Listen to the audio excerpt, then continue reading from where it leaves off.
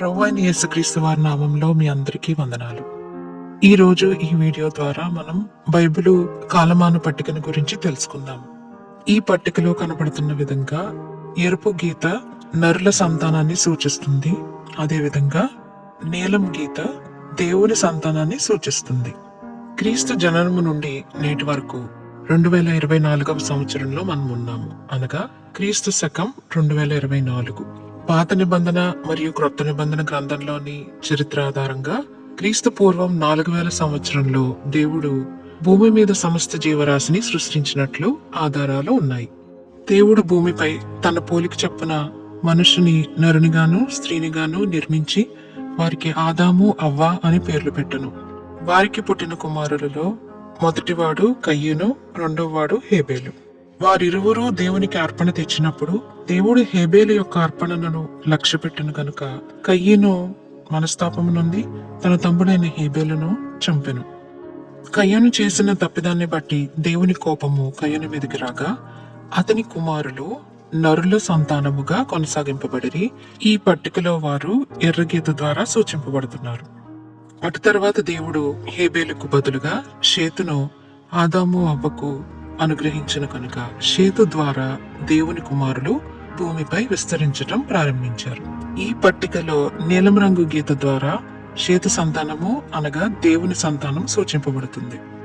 దేవుని కుమారులు నరుల కుమార్తెలు చక్కని వారిని చూచి వారి పెళ్లి చేసుకున్నప్పుడు బలవంతులు వారికి పుట్టిరు గనుక వారు నెఫీలీలుగా పిలువబడిరి.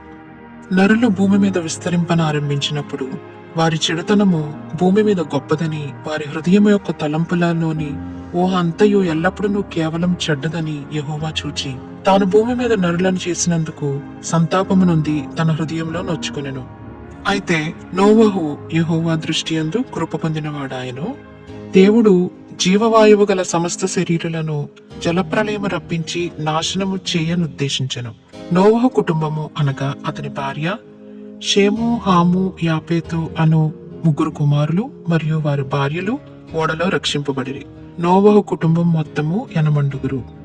జలప్రలయము తరువాత నోవహు యెహోవాకు బలిపీఠము కట్టి దహన బలి అర్పించెను.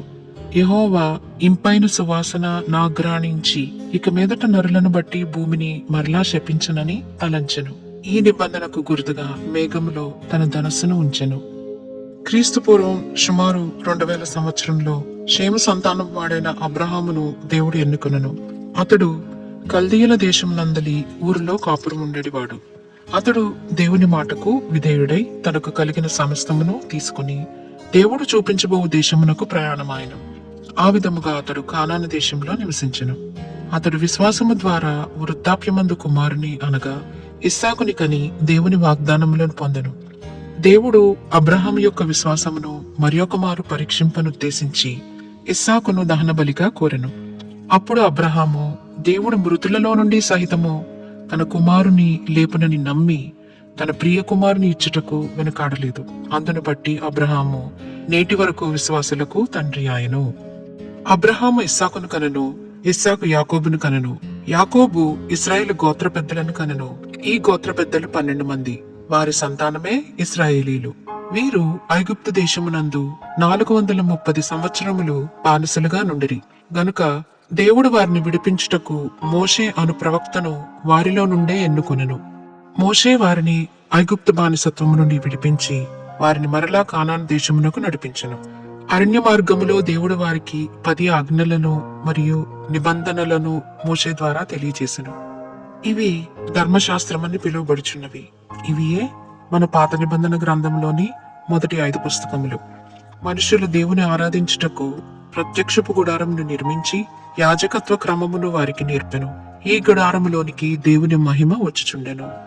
మోషే వారిని కానాను దేశం యొక్క సరిహద్దునంతకు నడిపించి మరణించెను. అటు తరువాత యెహోషువ నాయకుడై యెహోవా సైన్యము తరపున యుద్ధము చేసి ఆ దేశములోనున్న అన్యజనులను జయించి దేవుని పిల్లలైన ఇశ్రాయేలీయులకు కానాను దేశమును వారి గోత్రముల వారిగా పంచి ఇచ్చెను. యెహోషువ మరణించిన తరువాత న్యాయాధిపతులు వారిని ఏలిరి. ఇశ్రాయేలు జనాంగమునకు దేవుడే రాజై నడిపించుచుండగా అన్యులకు ఉన్నట్లు తమకును రాజు కావలెనని అడిగినప్పుడు దేవుడు వారికి సౌలును రాజుగా ఇచ్చెను. కాని సౌలు దేవునికి అవిధేయుడైనందున అతని పైనున్న దేవుని ఆత్మ అతనిని విడిచి దావీదుపై నిలిచెను. దావీదు ఇశ్రాయేలీయుల రాజై వారిని దేవుని భయభక్తులలో నడిపించును. దావీదు దేవునికి ఒక మందిరము నిర్మింపనుద్దేశించును కాని దేవుడు దావీదు కుమారుడైన సొలొమోనునకు ఆ ఆధిక్యతనిచ్చెను. రాజైన సొలొమోను దేవుని మందిరమును కట్టించి ముగించిన తరువాత అతడు అనేక మంది అన్య స్త్రీలను వివాహమాడినందున వారు అతని హృదయమును అన్య దేవతల వైపు త్రిప్పిరి. కనుక దేవుని ఉగ్రత అతని మీదకి వచ్చినందున రాజ్యము రెండుగా విభజింపబడెను. ఇశ్రాయేలు నందలి 10 గోత్రములు ఇశ్రాయేలు రాజ్యము కాగా యూదా బెన్యామీను గోత్రములు యూదా రాజ్యముగా పరిగణింపబడినవి. ఇశ్రాయేలు దేశమును యెరోబాము పరిపాలించగా యూదా దేశమును దావీదు సంతతి వాడైన రెహబాము పరిపాలించెను. ఇశ్రాయేలు రాజులు ఇశ్రాయేలీయులను దేవుని దృష్టికి చెడు నడతలో నడిపించినందున దేవుడు వారిని క్రీస్తు పూర్వం 722లో అష్షూరు చెరకు అప్పగించెను. ఈ రాజ్యము నేటికి సంపూర్తిగా తిరిగి రాలేదు. దేవుడు దావీదును బట్టి అతని సంతానమును కొనసాగింపనుద్దేశించెను గాని యూదా రాజులను దేవుని మార్గమును విడిచి అన్య దేవతలను ఆశ్రయించును కనుక దేవుడు వారిని కూడా చెరలోనికి పంపనుద్దేశించి బబులోనీయులను వారి మీదకి రేపగా యూదా దేశము బబులోను చెరలోనికి కొనుపోబడెను. చెరపట్టబడిన వారిలో దేవుని యందు భయభక్తులు గలవారైన దానియేలు, ఇర్మియా, షడ్రకు, మెషెకు, అబేద్నెగో వంటి వారు ఉన్నందున వారు ప్రవచనముల ద్వారా 70 సంవత్సరములు చెరలో ఉండవలెనని తెలుసుకొని దేవునికి మొరపెట్టగా దేవుడు దానియేలుకు దర్శనముల ద్వారా కాలాంతము వరకు జరగబోవు అనేక సంగతులను తెలియజేసెను. 70 సంవత్సరములు అనగా క్రీస్తు పూర్వం 586 నుండి 516 వరకు బబులోను చెర తరువాత మాదీయులు పారసీకులు లోకరాజ్యములపై ఆధిపత్యం పొందిరి. పారసీక దేశపు రాజుకు కోరేషు యూదా వారిపై కనికరపడి వారిని యూదా దేశమునకు వెళ్లి వారి దేశమును మందిరమును కట్టుకొనుటకు అనుమతినిచ్చెను.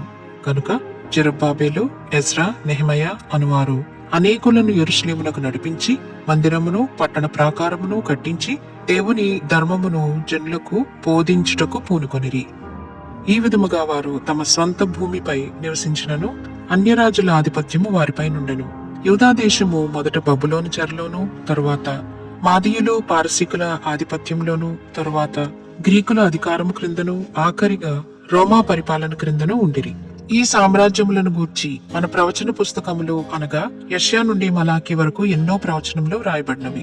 మలాకీ నుండి యేసుక్రీస్తు జననము వరకు సుమారు 400 సంవత్సరములు ఏ ప్రవక్తయు ప్రవచింపలేదు కనుక ఈ సంవత్సరములు నిశ్శబ్ద కాలములుగా పరిగణింపబడినవి. ప్రవచనముల ప్రకారము ఈ రోమా సామ్రాజ్యపు పరిపాలన కాలంలోనే యేసుక్రీస్తు జన్మించెను. శరీరానుసారంగా యేసుక్రీస్తు యూదులలోనే జన్మించినను వారు ఆయనను మెస్సియాగా అంగీకరింపలేదు. ఆయన తన 33.5 సంవత్సరముల కాలములో రాజ్యసువార్తను ప్రకటించెను మరియు అనేక సూచక క్రియలను అద్భుతములను జరిగించెను. ఆయన దేవుని కుమారుడని నమ్మని యూదులు ఆయనకు శిలువ మరణము విధించుటకు రోమా అధికారులకు ఆయనను అప్పగించిరి. నిరపరాధి రక్తము చిందించుట వలన యూదులు దేవుని శాపమును పొందగా ఆ రక్తము వలన అన్యులకు రక్షణ కలిగెను. ఆ రక్తము మనకు పాపక్షమాపణ, తద్వారా నిత్య జీవమునిచ్చును. శపింపబడిన యూదులు క్రీస్తు శకం 70లో అతి భయంకరముగా హింసింపబడి రోమా ప్రభుత్వపు చెరలోనికి కొనుపోబడిరి. ఈ విధముగా చెరపట్టబడిన యూదులు అనేక హింసలకు గురై 1948వ సంవత్సరంలో మరలా ఒక రాజ్యముగా కట్టబడుటకు తిరిగి తమ భూభాగమునకు వచ్చిరి.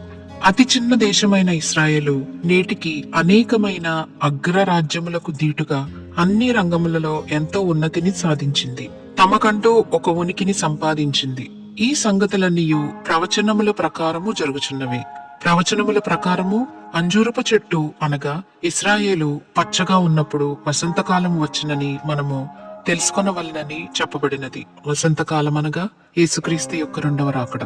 క్రీస్తు శకం 70లో చెరలోకి వెళ్లిపోయిన ఈ యూదుల ద్వారా సువార్త అనగా రాజ్య సువార్త సర్వలోకమునకు ప్రకటింపబడి అనేకులు యేసుక్రీస్తుని తన సొంత రక్షకునిగా ఒప్పుకొనుట ద్వారా పాపక్షమాపణ, తద్వారా నిత్య జీవము పొందుటకు అర్హత పొందిరి. ఇదిగో త్వరగా వచ్చుచున్నాను, వాని వాని క్రియల చొప్పున ప్రతి వానికిచ్చుటకు నేను సిద్ధపరిచిన జీతము నా యొద్ద ఉన్నది అని ప్రభువు ప్రకటన గ్రంథము 22వ అధ్యాయము 12వ వచనంలో చెప్పుచున్నాడు గనుక వాక్యములో నింపబడిన వారమై సత్క్రియలు చేయ పూనుకొనుచు దేవునిని సంతోషపెట్టుటకు ప్రయాసపడుదుము. ఆమెన్.